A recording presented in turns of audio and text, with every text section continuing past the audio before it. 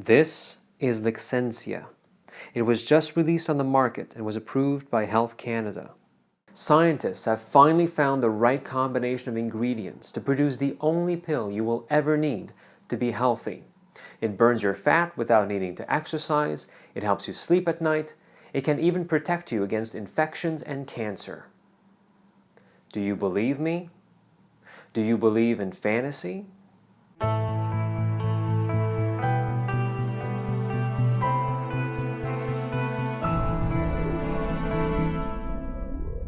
No, this pill was not concocted in North Korea.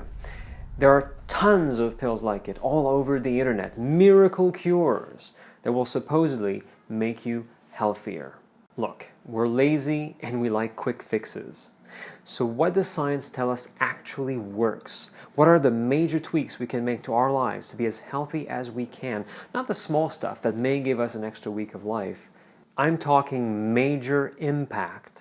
We can't choose our genes, we can't choose our parents, we can't choose our socioeconomic status. But there are choices we can make that will have a tremendous impact on our health.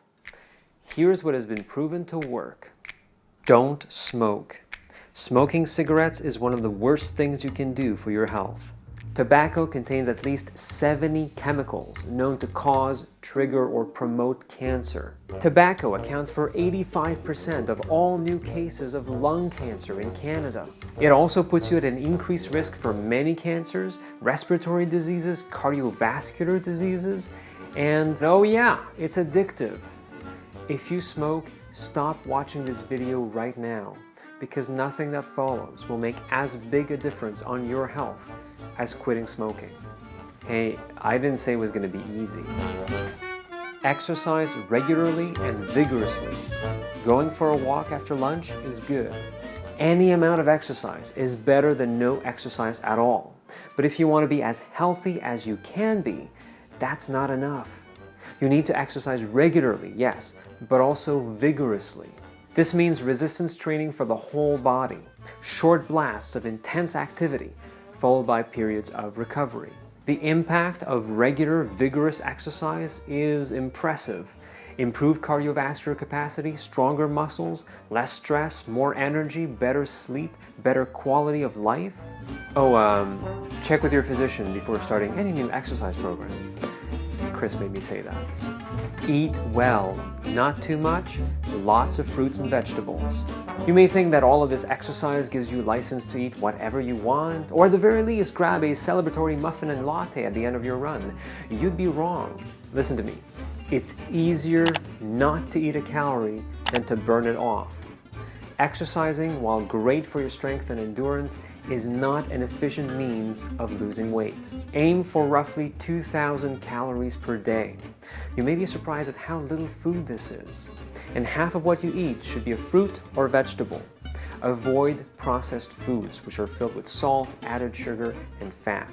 And don't trust restaurant portions, which tend to be much too big. Indulging once in a while is fine, but at every meal, come on. Maintain a healthy body weight. Diets, by and large, don't work.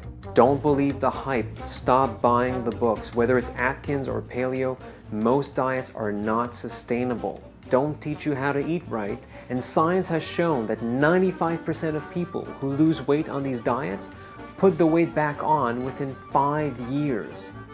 95%. That's almost everyone. You probably think that you're different, that you can do it. Odds are you're not. It's more realistic to eat well every day and try to maintain your weight than to yo-yo from one diet book to the next. And hey, it's more money in your pockets. Get up more often. We know that sitting all day long is bad for our metabolism, and it puts us at an increased risk for chronic diseases. If you have an office job or work from home, don't stay sitting down for long periods of time, and look into standing desks or sit-stand desks, which offer both. Yes, the neat ones are very expensive, but you can also improvise with a bit of creativity and some Google searches. Look, the important thing is not to be sitting for long periods of time. That's just bad for your health.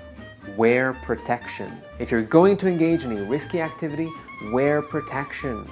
That goes for bicycling, riding in a car, or having sex. You may think you're invincible, but you're not. Don't touch your face. A lot of infections get transmitted by our fingers picking up viruses or bacteria and carrying them to our nose or mouth. One of the common routes of transmission is actually called the fecal-oral route, and I'll give you a second or two to figure out how it goes. Look, I'm not saying we should all be like Howie Mandel, but when you've touched a public surface, a doorknob, a handrail, someone's computer keyboard, don't touch your face until you've had a chance to wash your hands. You'd be surprised at how drastically it'll cut down the number of infections you go through. Sleep well. 7 to 9 hours per night. Do you get that much? Odds are you don't. We live in a society that has devalued sleep, and yet the data is in. Sleep is of the utmost importance. For most people, sleeping 5 hours a night is just not enough. Not getting enough quality sleep has been associated with grouchiness, bad heart juju, and difficulty making decisions and concentrating. Driving when you're sleep deprived is the same as driving drunk. Oh, and you look like crap. These are the main ways in which we can reduce our risk factors in life and improve our health. Everything else is a distraction. It's either smoke and mirrors, or its impact will be so small as to not be worth the effort. Knowing all this, will you change your behavior? Odds are you won't. While the steps I outline form a simple algorithm, they require a lot of discipline.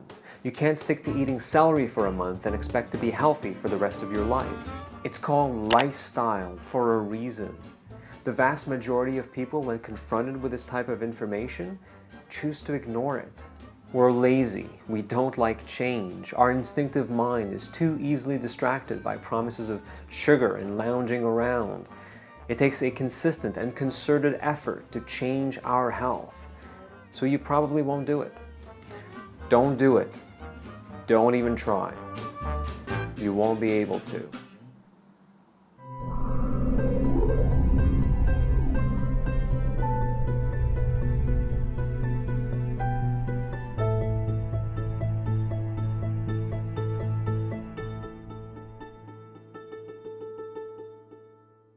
Much of the content from this video was inspired by a book called The Cure for Everything by Timothy Caulfield.